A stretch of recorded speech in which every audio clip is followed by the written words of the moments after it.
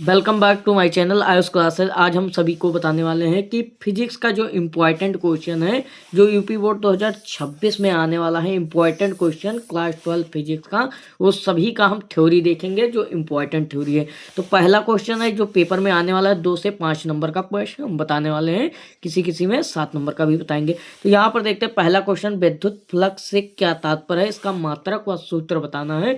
तो केवल आपको वहाँ पेपर में आपको आएगा विद्युत फ्लक्स से क्या तात्पर्य है, या विमेय सूत्र पूछ लेगा। विद्युत क्षेत्र में स्थित किसी क्षेत्रफल से अभिलंबवत दिशा में गुजरने वाली विद्युत बल रेखाओं की संख्या को विद्युत फ्लक्स कहते हैं। मतलब विद्युत क्षेत्र में स्थित होता है, क्षेत्रफल से अभिलंबवत दिशा में गुजरने वाली विद्युत बल रेखाओं की संख्या को हम क्या कहते हैं, विद्युत फ्लक्स कहते हैं। और इसका मात्रक जो होता है वोल्ट न्यूटन मीटर स्क्वायर प्रति कूलम होता है। तो यहाँ पर दूसरा क्वेश्चन देखते हैं, विद्युत द्विध्रुव आघूर्ण किसे कहते हैं। विद्युत द्विध्रुव आघूर्ण किसे कहते हैं, ये इंपॉर्टेंट क्वेश्चन है। विद्युत द्विध्रुव के किसी एक आवेश के मान तथा दोनों आवेश के बीच का अल्तमत दूरी जो होता है, उसके गुणनफल को हम विद्युत द्विध्रुव कहते हैं। क्या कहते हैं, विद्युत द्विध्रुव कहते हैं। या एक सदिश राशि होता है, इसका मात्रक क्या होता है, इसका मात्रक कूलम मीटर होता है, और इसका विमेय सूत्र LTA होता है। फिर अगला क्वेश्चन देखते हैं, जो इंपॉर्टेंट क्वेश्चन है, गॉस का प्रमेय देखने वाले हैं। गॉस का प्रमेय हमारा मोस्ट इंपॉर्टेंट क्वेश्चन है। ये पेपर में 2 नंबर या 5 नंबर में आपको देखने को मिलेगा।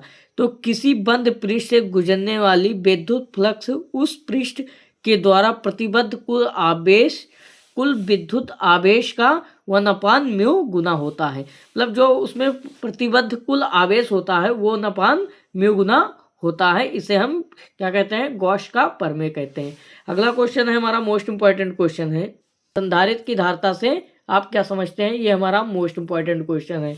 तो यहाँ पर देखते हैं, किसी संधारित्र की धारिता उसकी एक प्लेट पर दिए गए आवेश तथा दोनों प्लेटों के बीच उत्पन्न विभवांतर के अनुपात के बराबर होता है। मतलब जो दोनों प्लेटों के बीच उत्पन्न विभवांतर होता है उसके अनुपात के बराबर होता है, संधारित्र की धारिता। यहाँ पर C = Q/B है। तो ये संधारित्र की धारिता आपका मोस्ट इंपॉर्टेंट क्वेश्चन है, इसको तैयार कर लीजिए आप। अगला क्वेश्चन है, विभव परवर्तता की परिभाषा दीजिए। तो विभव परवर्तता क्या होता है उसके बारे में देखते हैं। विद्युत क्षेत्र में दिशा में दूरी परिवर्तन के साथ साथ विभव जो परिवर्तन हो जाता है उसे हम क्या कहते हैं, विभव परवर्तता कहते हैं।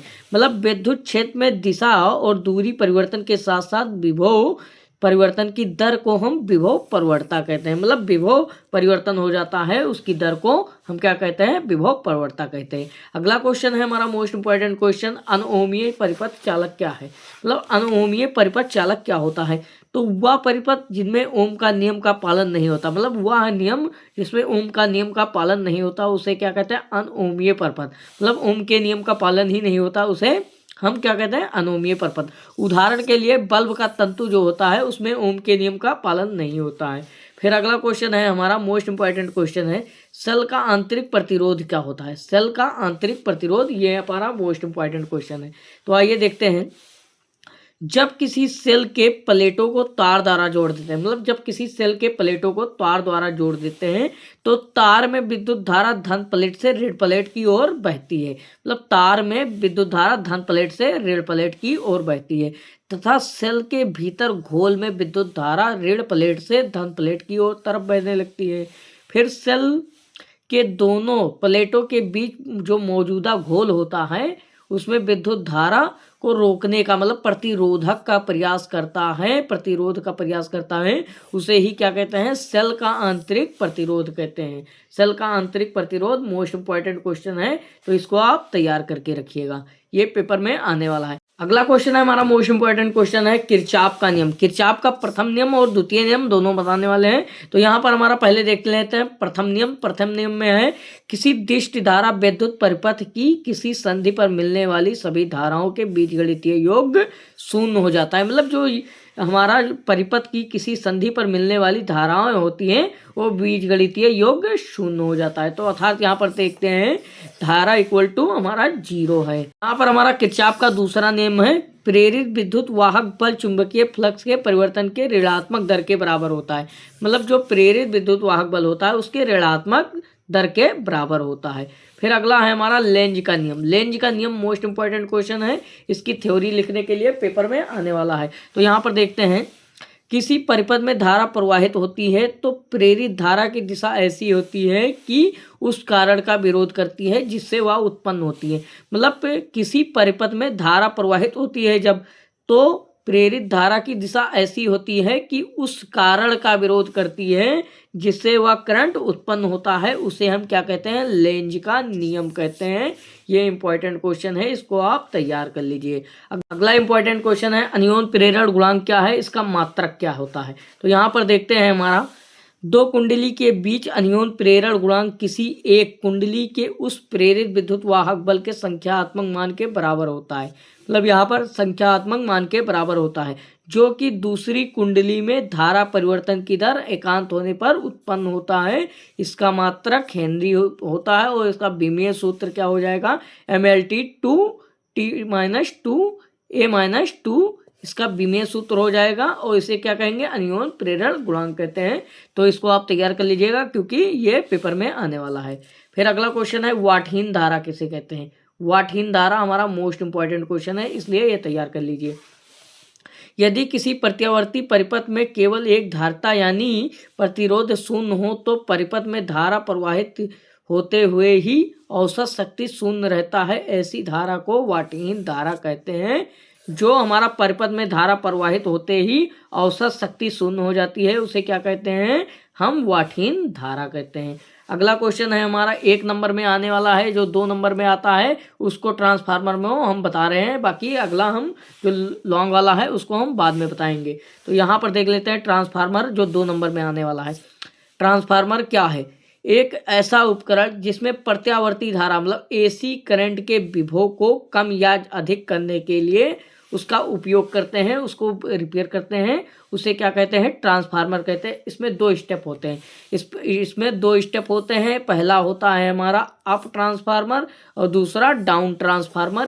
क्रांतिक कोण क्या है, क्रांतिक कोण हमारा मोस्ट इंपॉर्टेंट क्वेश्चन है, 1 से 2 नंबर में आने वाला है पेपर में। तो यहाँ पर देखते हैं, सघन माध्यम में बना हुआ आपतन कोण जिसके लिए विरल माध्यम से अपवर्तनांक 90 डिग्री हो सकता है, उसे क्रांतिक कोण कहते हैं। मतलब ये अपवर्तनांक जो कोण बनता है वो 90 डिग्री पर बनता है, उसे क्या कहते हैं, क्रांतिक कोण करते हैं। अगला क्वेश्चन है हमारा मोस्ट इंपॉर्टेंट क्वेश्चन है, जो व्यतिकरण और विवर्तन में अंतर स्पष्ट करने के लिए आएगा, वो आपको 2 नंबर में आने वाला है। 2 से 3 नंबर में अंतर स्पष्ट करने के लिए व्यतिकरण और विवर्तन में अंतर स्पष्ट करने के लिए आएगा। तो यहाँ पर देखते हैं, व्यतिकरण जो होता है उसमें हमारा दीप्त फिरंजे एक समान तीव्रता की होती हैं। इसमें दीप्त फिरंजे जो होती हैं एक समान तीव्र गति की होती हैं। फिर इसमें जो होती हैं फिरंजे एक समान तीव्र गति के नहीं होती, मतलब सेम इसका विवर्तन में उल्टा हो जाएगा। फिर अगला है हमारा, इसमें सभी फिरंजे समान चौड़ाई की होती हैं। मतलब इसमें सभी फिरंजे समान चौड़ाई की होती हैं और इसमें सभी फिरंजे समान चौड़ाई के नहीं होती हैं, क्योंकि तैयार कर लेना, ये आपको स्पष्ट करने के लिए आएगा। अगला क्वेश्चन है हमारा, कार्यफलन क्या होता है। कार्यफलन हमारा देखते हैं, कार्यफलन हमारा मोस्ट इंपॉर्टेंट क्वेश्चन है क्योंकि इससे संबंधित 2-3 क्वेश्चन आते रहते हैं पेपर में। तो यहाँ पर देखते हैं, वह न्यूनतम प्रकाश ऊर्जा जो किसी धातु के पृष्ठ से इलेक्ट्रॉन उत्सर्जित करने के लिए जरूरी होता है, उसे हम कार्यफलन कहते हैं। कार्यफलन कहते हैं, इसे W से व्यक्त करते हैं, W = hc/λ। तो इसे हम क्या कहते हैं, कार्यफलन कहते हैं।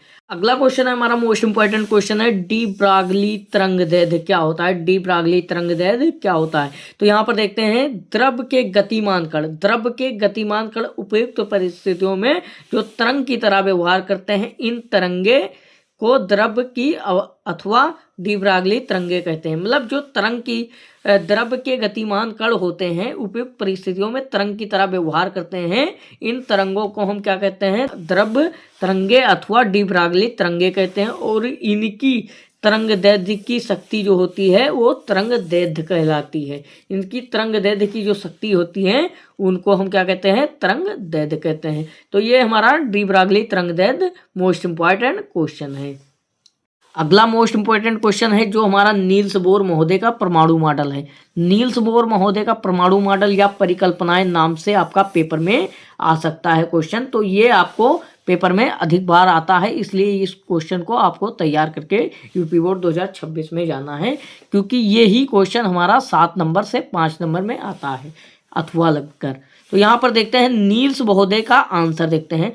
नील्स बोर महोदय ने रदरफोर्ड के परमाणु मॉडल के कमियों को दूर करने के लिए अपना परमाणु मॉडल प्रस्तुत किया था। मतलब नील्स बोर महोदय ने रदरफोर्ड के परमाणु मॉडल के कमियों को दूर करने के लिए अपना परमाणु मॉडल दिया था और यह बताया था कि जो इस प्रकार है।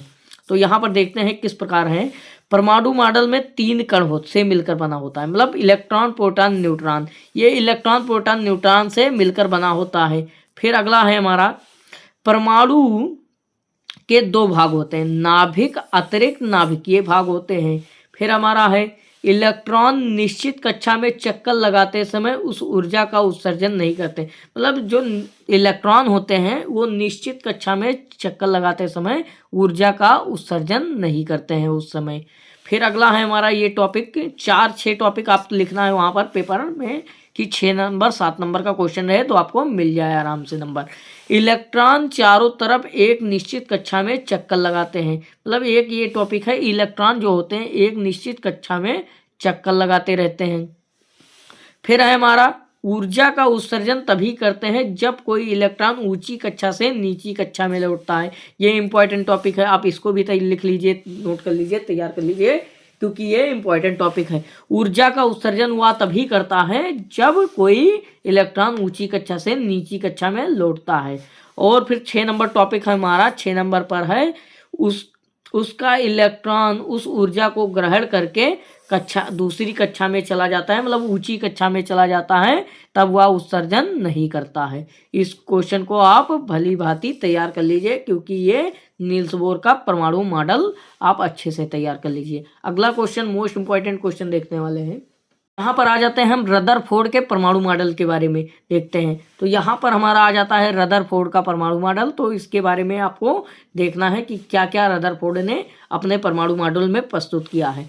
तो यहाँ पर देखते हैं, यह 3 कणों से मिलकर बना होता है। तो यह 3 कणों से, इलेक्ट्रॉन प्रोटॉन न्यूट्रॉन, तीनों कणों से मिलकर बना होता है।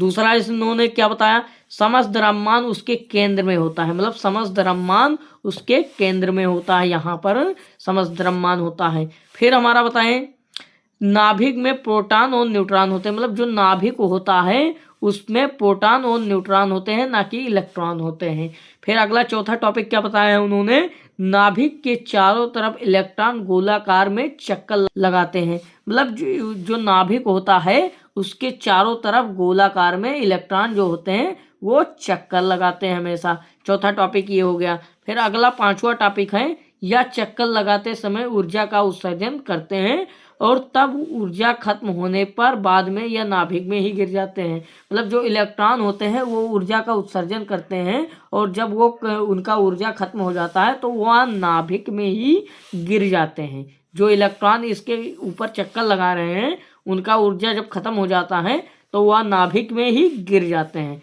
बल्कि ऐसा नहीं है जो नील्स बोर महोदय ने बताया। फिर 6वां नंबर टॉपिक है, इलेक्ट्रॉन किसी भी बड़े से बड़े गोले पर चक्कर लगा सकता है। मतलब इलेक्ट्रॉन जो है वो किसी भी बड़े से बड़े गोले पर चक्कर लगा सकता है, ये रदरफोर्ड महोदय ने बताया है। इस परमाणु मॉडल को आप तैयार कर लीजिए भली भांति। तो रदरफोर्ड के आपको पेपर में अधिक बार देखने मिलेगा।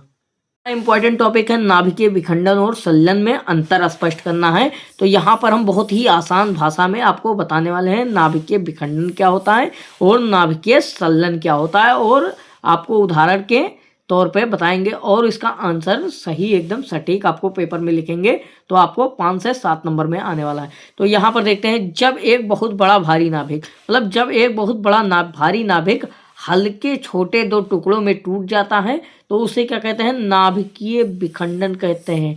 मतलब एक बहुत बड़ा भारी नाभिक 2 छोटे हल्के टुकड़ों में टूट जाता है और वो क्या हो जाता है, टूट जाता है, तो उसे हमें क्या कहते हैं, नाभिकीय विखंडन कहते हैं। तो यहाँ पर देखते हैं, इसका उदाहरण दिया गया है, परमाणु बम पर आधारित होता है और इसमें मुक्त ऊर्जा नियंत्रित होता है और अपार ऊर्जा मुक्त होता है। तो यहाँ पर देखते हैं, उदाहरण देख लेते हैं। ये हमारा बड़ा नाभिक हो गया और जो छोटे टुकड़ों में टूटकर हमारा बट गया है उसे हम नाभिकीय विखंडन कहते हैं। मतलब ये बड़ा नाभिक है और ये दो छोटे टुकड़ों, हल्के टुकड़ों में बट गया है, उसे हम क्या कहते हैं? नाभिकीय विखंडन कहते हैं। नाभिकीय क्या कहते हैं? विखंडन कहते हैं। ये हमारा मोस्ट इंपॉर्टेंट टॉपिक है, तो इसको आप तैयार कर लीजिए। अगला इंपॉर्टेंट टॉपिक होने वाला है नाभिकीय संलयन। जो अभी हमने विखंडन बताया उसका सेम उल्टा हो जाएगा नाभिकीय संलयन। ये हमारा मोस्ट टॉपिक है। नाभिकीय विखंडन और संलयन में अंतर स्पष्ट करने के लिए यूपी बोर्ड 2026 में पेपर में आने वाला है। तो यहाँ पर हमारा पहले ही थ्योरी आप तैयार कर लीजिए, क्योंकि बहुत आसान ही थ्योरी है। जब दो छोटे हल्के नाभिक आपस में मिलकर एक बहुत बड़ा भारी नाभिक बना लेते हैं, उन्हें क्या कहते हैं? नाभिकीय संलयन कहते हैं। मतलब दो छोटे टुकड़े एकजुट होकर एक बड़ा नाभिक बना लेते हैं, उसे क्या कहते हैं? हम नाभिकीय संलयन कहते हैं। मतलब नाभिकीय संलयन कहते हैं।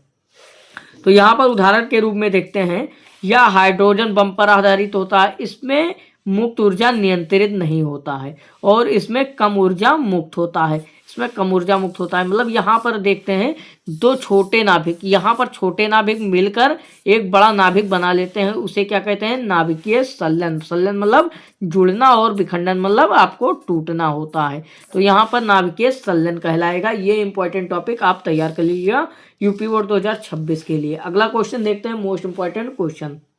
यहाँ पर आ जाते हैं, हमारा मोस्ट इंपॉर्टेंट क्वेश्चन है, किसी धारामापी को अमीटर में कैसे परिवर्तित करते हैं? मतलब अमीटर जो होता है वो धारामापी होता है, धारा को मापने का कार्य करता है। तो उसके बारे में हम आपको बताने वाले हैं। तो यहाँ पर देखते हैं, अमीटर एक ऐसा उपकरण होता है जो परिपथ में धारा की प्रबलता को सीधे एम्पियर में नापने का काम करता है। मतलब एम्पियर में नापने का कार्य करता है प्रबलता को। अमीटर एक धारामापी होता है। मतलब धारामापी होता है जो धारा को मापता है। धारामापी इसलिए होता है क्योंकि ये धारा को मापता है, जिसे परिपथ के श्रेणी क्रम में डाल देते हैं। मतलब परिपथ जो होता है, तार होता है, उसके श्रेणी क्रम में डाल देते हैं ताकि नापी जाने वाली धारा इसी में से होकर जाए। अमीटर जो भी हलचल होगा उसे माप देगा। मतलब जो भी हलचल होगा अमीटर में वो धारा को माप देगा। इसे ही हम क्या कहते हैं?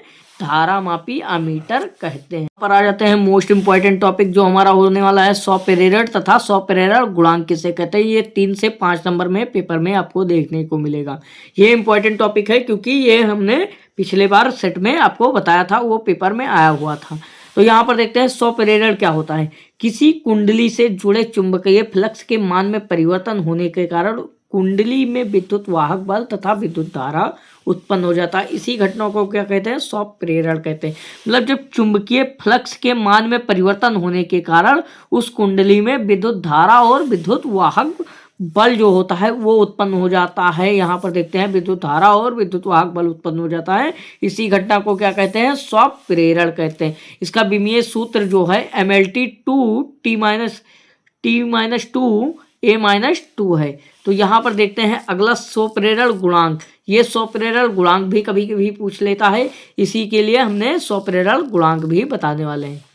तो यहाँ पर देखते हैं स्वप्रेरण गुणांक क्या होता है। किसी कुंडली के स्वप्रेरण गुणांक का मान प्रेरित विद्युत वाहक बल के बराबर होता है जो उस कुंडली में धारा परिवर्तन की दर एकांत होने पर उत्पन्न होता है। मतलब एकांत होने पर होता है, उसे हम क्या कहते हैं? स्वप्रेरण गुणांक कहते हैं। ये सभी क्वेश्चन आप यूपी बोर्ड 2026 में तैयार कर लीजिए, आपको थ्योरी में किसी भी प्रकार की दिक्कत नहीं होगी। इसी के साथ हम मिलते हैं आपको नेक्स्ट वीडियो में नेक्स्ट टॉपिक के साथ।